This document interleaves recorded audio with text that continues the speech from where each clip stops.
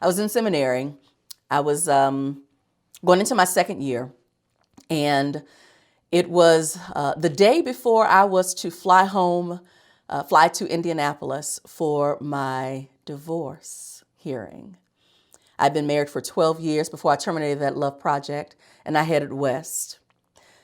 And so I'm in class, and the professor was mocking the movie. It was one of those Kirk Cameron movies, Fireproof. It was all about marriages that were in trouble and how you should never leave your partner. And so whenever that movie came up in seminary, like with the hip, cool, interfaith Christians and, interdenominational Christians and what have you, they would always mock that movie for whatever reason. And so I sat quietly in most classes. I didn't, want to raise a ruckus or what have you. But I pretty much had my fill of that. And so on this day, I raised my hand and I said to the professor, when I was, tomorrow I'm leaving for my divorce hearing. I was married for 12 years. And part of the strategies that we used to try to keep the marriage together was we attended a movie screening of the movie Fireproof. And then we were participating in conversation with other couples about these are the high points that we saw in the movie. And basically it was a way for us to encourage each other to continue to fight.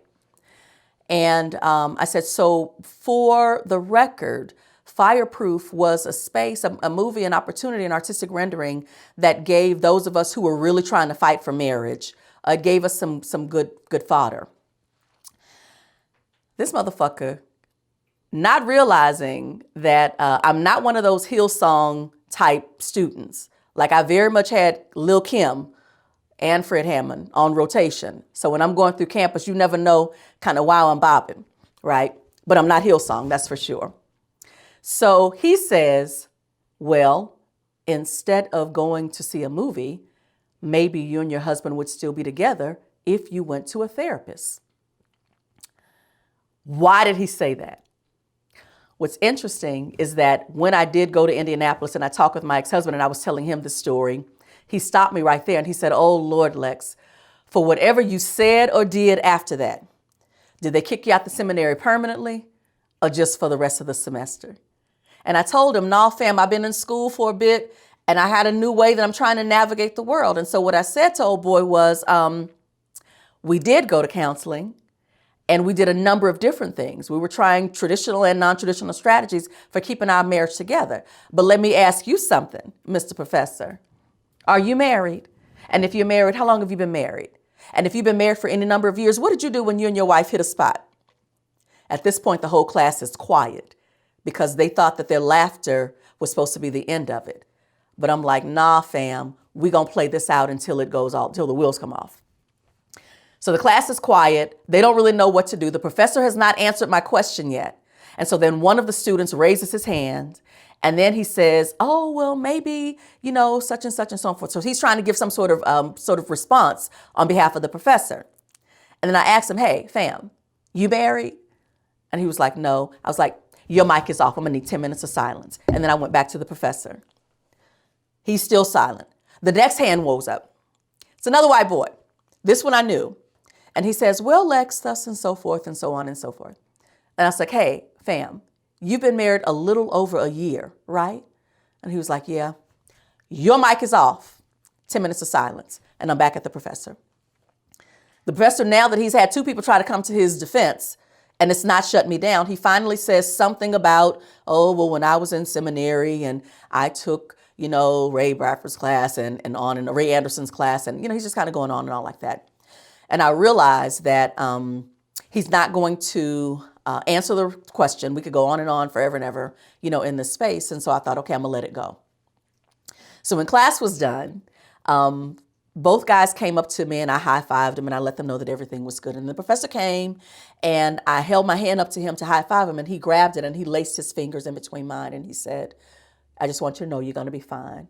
And I said to them, oh, I'm sure I'm going to be fine. So I go to Indianapolis, complete the divorce proceedings and everything, come back with, official papers. And so it's all good. But I come back on the day that I'm to return to that class. Right before that class, there was a talk back. One of the elders in the African American Christian community was on campus. He was doing a Q&A. And, he's a very popular person. And he was doing a series of talks, and I think maybe a revival or something, and at one of the black churches in LA. And he happened to stop by on campus, and he was being interviewed by one of our black professors. And when his talk was done, my class I was to go to class after that. But he ended the talk with enough time for those of us who didn't want to ask a question on the mic, like we were able to get one-on-one time with him. So I stood in the one-on-one line to wait to talk with him. And so when it was my turn, I said, hello, Doc. I introduced myself. I said, I'm a second-year theology student. And then I said to him, my question to you is it ever okay for me to take off my angel's wings? And without even thinking about it, he said, yes. And then he told me this story. He said that he had a friend in the 70s who he worked for the post office.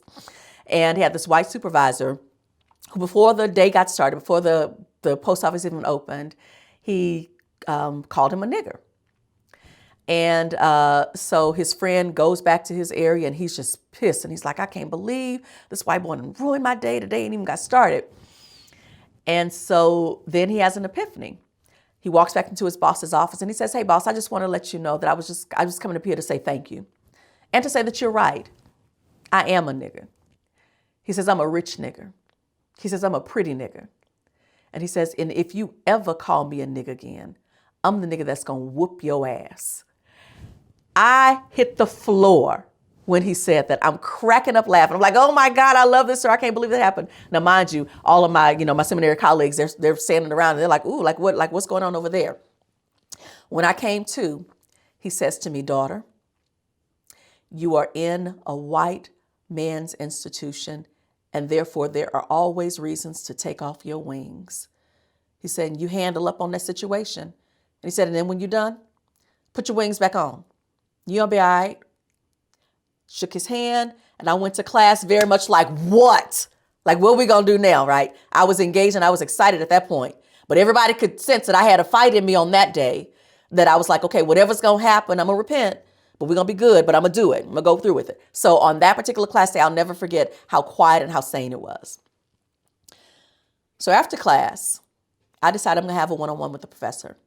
So there's this one woman who was like waiting, and like she could sense that like something could possibly go down. And so she thought that I was just going to give up. And I was like, oh, no, I'm going to see this all the way through.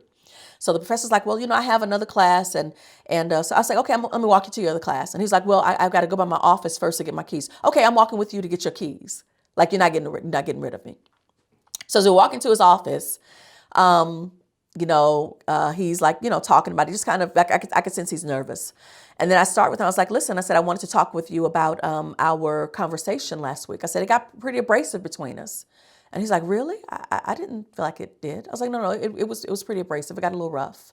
And he was like, well, no, I didn't sense that at all. And I was like, well, I wanted to come to you because I needed to find a way to navigate those spaces and to make sure that you and I are never and that we never create that sort of tense situation. I was in a very hurtful situation, and you said something that I felt like was mocking my deal. And so my natural inclination was to protect myself and to do so in whatever way I deemed fit. And I'd apologize later. We sort through all the issues and stuff later.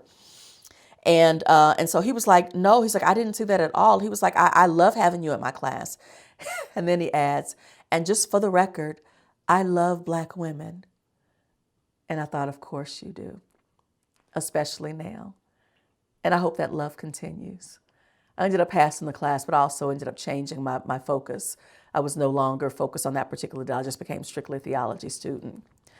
Because obviously, this clown and others felt like Hillsong was my playlist and not Lil' Kim, who very expressly and succinctly said, shut up, bitch. It's a thing.